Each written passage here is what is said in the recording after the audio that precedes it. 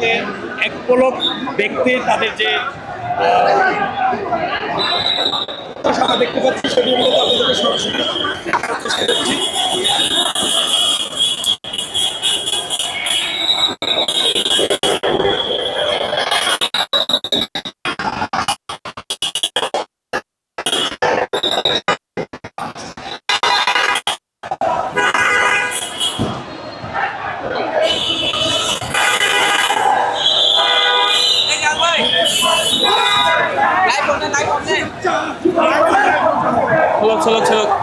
কক্সবাজারবাসীর প্রত্যাশা অনেক, সেই হিসাবে আমরা কক্সবাজারবাসী দাবি রাখে এই মাননীয় মন্ত্রীর মাধ্যমে কক্সবাজারের দীর্ঘদিনের যে খরা ছিল সেটা থেকে মুক্তি হয়েছে কক্সবাজারবাসী। সেই হিসাবে কক্সবাজারবাসী অনেক বেশি উৎসবের সাথে মাননীয় মন্ত্রীকে বরণ করার জন্য প্রতিটি প্রান্ত থেকে মানুষ উৎসবের সহিত তাকে বরণ করার জন্য বসে আছে।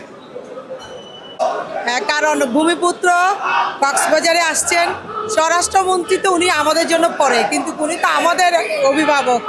আমাদের অনেক বেশি খুশি লাগছে, কারণ ওনার থেকে আমাদের কক্সবাজারবাসীর অনেক বেশি প্রত্যাশা, অনেক চাওয়া পাওয়া আছে। তো যদিও উনি আসার আগে বিচ্ছিন্ন কিছু ঘটনা, আইন শৃঙ্খলার বেশ কয়েকজন মার্ডার হয়েছে, আগামীকাল আইন শৃঙ্খলার মিটিংয়ে ইনশাল্লাহ সব কিছু স্বাভাবিক হয়ে যাবে। যারা অন্যায় করছে, যারা অন্যায় করাচ্ছে, সবাইকে ইনশাল্লাহ আগামীকাল ডাকের মধ্যে সবাইকে নাহক করাবে। আইন শৃঙ্খলা অনেক সুন্দর হয়ে যাবে। ঢাকা, চট্টগ্রাম বিভিন্ন বিভাগের মধ্যে যেরকম আইন শৃঙ্খলা হয়েছে, সুন্দর কক্সবাজারেও সেরকম হবে। আমাদের ভূমিপুত্র, আমাদের অহংকার, আমাদের অভিভাবক, আমাদের অহংকার। উনি আসলে আমাদের অভিভাবক। আমরা মন্ত্রী ওনাকে পরে পেয়েছি, আগে তো ভাই পেয়েছি, অভিভাবক পেয়েছি, সেটাই আমাদের ওদের অনেক চাওয়া ওনার কাছে। খুশি লাগছে, সব থেকে বেশি খুশি লাগছে। ধন্যবাদ।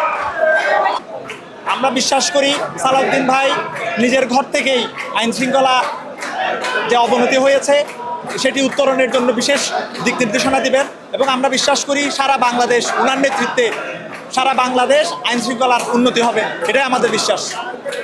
কেমন লাগছে? কক্সবাজার ভূমিপুত্র কক্সবাজারে উনি পণ্যমন্ত্রী হওয়ার পরে আজকে প্রথম আসছে, এই জন্য কক্সবাজার সকল নেতাকর্মী অতি উৎসাহ হয়ে আজকে এখানে এয়ারপোর্টে উপস্থিত হয়েছেন।